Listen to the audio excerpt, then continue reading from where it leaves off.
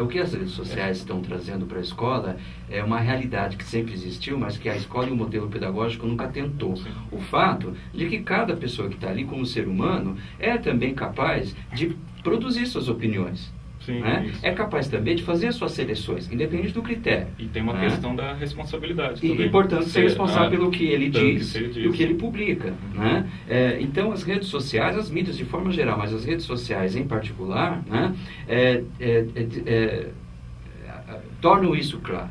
Né? Desmascaram esse processo falso educativo que considerava só o professor capaz de produzir e transmitir informação.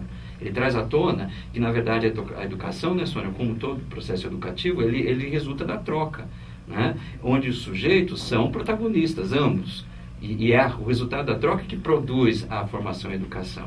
Então, as redes sociais, eles desmascaram isso, né? Eles tornam isso mais claro. Então, cabe à escola saber também aproveitar disso. Daí, porque o Minha Terra, sendo educativo e está voltado à escola, né, procurou sempre explorar muito isso, para dar voz aos participantes. Tem uma questão também da baixa hierarquia, né? A própria rede tem essa coisa da baixa horizontaliza, hierarquia. né? Horizontaliza. Isso aí já muda bastante a relação, né? Essa horizontalização é que acaba sendo um problema sério dentro da escola. No modelo que nós temos. No modelo tradicional. É tradicional. Mas isso acho que escolas, empresas também... Empresas, problemas da rede por causa disso. Porque ela põe todo mundo no mesmo nível, né? O funcionário, aí... Então nós estamos talvez num processo de transição de modelos, de paradigmas, de modelos de organização. Talvez seja isso que nós estamos vivendo. A questão é que a educação, que sempre, a escola, né, sempre está um passo atrás, ela está tendo que correr muito, porque realmente as redes chegaram, como ele falou, como o Claudemir diz, desmascarar. Eu digo assim, eu usaria outro verbo. As redes, elas atropelaram o processo, porque desde 2000 a gente vinha trabalhando em formação de professor com as 3 aprendizagens que a gente chamava de de letramento digital, que é o publicar, o comunicar-se digitalmente, o pesquisar, e a gente vinha nessa linha fazendo um trabalho para o professor exatamente para trabalhar essas habilidades de autoria, e as redes meio que atropelaram um pouco esse processo, né? Porque o poder o poder, né, da ferramenta é muito forte e depois, né, que a rede se forma. Então é bastante interessante essa discussão para o professor que assiste, né, para ele perceber. E tem uma outra questão, você falou do aluno, do jovem, enfim. Eu tenho algumas pesquisas, eu acho até que você poderia falar melhor que eu, do que o Brasil é o 5º país que mais acessa redes sociais. Sim. E quando a gente olha aqueles mapas, a gente percebe que o Brasil ele se destaca ali de uma forma...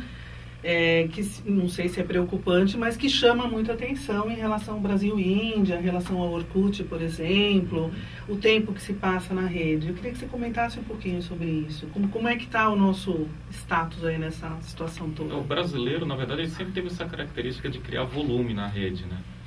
Tanto, acho que na época do BBS, o brasileiro criava volume. Na época do blog, que era... O blog, aquela ferramenta de publicação que é do Google, é o brasileiro que criou volume ali. O Twitter, quem está criando volume é o brasileiro. Nas redes sociais agora também acontece a mesma coisa. Quem cria volume é o brasileiro. É bem difícil saber por que tem várias teorias por que o brasileiro... eu não vou arriscar nenhuma, porque tem algumas coisas que é achismo. Acho que não tem uma resposta científica, né? Por que o brasileiro gosta tanto de rede social? Acho que é muito essa questão da baixa hierarquia, a questão do baixo custo, aí você se comunica de uma forma barata, né? Tem a questão que as redes sociais lá substituem até o telefone, né? Porque quantas vezes você mandou e-mail, mandou scrap, em vez de fazer uma... Tem essa questão do baixo custo também que tem que levar em conta, enfim. Eu acho que é uma questão assim, muito complicada e aberta. O que eu acho uma pena é isso. O brasileiro, sim, ele tem essa participação, ele tem um papel importante no cenário de internet em criar volume, mas ele não cria muitas ferramentas, né? Se a gente for ver, a maioria do conteúdo, a maioria das tecnologias não são brasileiras. Mas isso é um histórico, infelizmente. É uma contradição, porque o brasileiro ele cria volume, mas ele não cria tecnologia. Isso é histórico. Interessante. Para motivar essa meninada a investir, né? Em tecnologia. Só olhar os exemplos de fora, né? Sim, e agora tem essa coisa toda de startups, que são pequenas empresas de tecnologia. Então, acho que é muito eu acho que isso focada em inovação. Tende a mudar, porque isso é um processo histórico em que o país ele nunca foi gerador de tecnologias pela própria defasagem econômica, né, de formação, etc. e tal. Isso já vem a mudar. Há exemplo dos jogos. Hoje nós temos no Brasil, né, uma fonte de grandes conhecedores do assunto, criadores do assunto, que estão sendo importados pelos outros países. Quer dizer, a criatividade brasileira, né, ela realmente faz a diferença em vários aspectos, inclusive nisso que você está colocando, né, se não foi até então de criação de ferramentas, é no uso delas. E aí faz a diferença no mundo. Né? Mas acho que a tendência é mudar também. Mas eu acho que a conversa está boa, a gente tem pergunta. Oi, Sônia. Temos uma pergunta, na verdade, desculpa, não é uma pergunta. A gente, ao longo da semana, sugeriu que os nossos seguidores e quem nos acompanha no Facebook pudesse sugerir alguns assuntos. E aí a Lenice Welter, pelo Facebook, sugeriu que a gente comentasse como que essas redes, quando chegam à escola, levam a questão do internetês. Porque também tem a ver com essa história que vocês estavam falando de horizontalizar, né? Como que os professores lidam com essa questão, deixando a hierarquia de lado. Bom,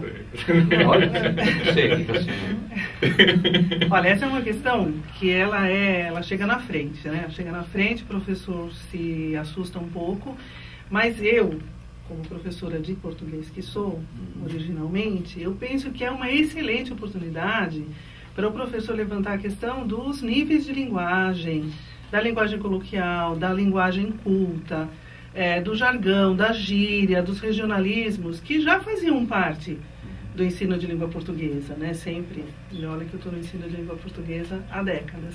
Então, havia lá um momento em que você estuda os registros, as modalidades com o aluno, o conceito de erro e de adequação.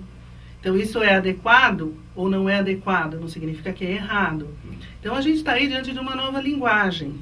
Uma nova modalidade de linguagem que tem a sua adequação, tem o seu momento, tem o lugar. E eu lembro que quando eu dava aula, eu costumava dizer para o aluno, você não vai de biquíni ao casamento, na igreja, né? E também você não vai com roupa de festa para a praia. E a gente fazia uma brincadeira e conseguia resolver os problemas da época, que era o uso excessivo de gíria, o uso de regionalismos, né? Que não havia então essa tecnologia. E os jovens, as crianças faziam isso, e você mostrava para eles, né, onde cada linguagem deveria ser usada. Então, eu penso que esse é o caminho.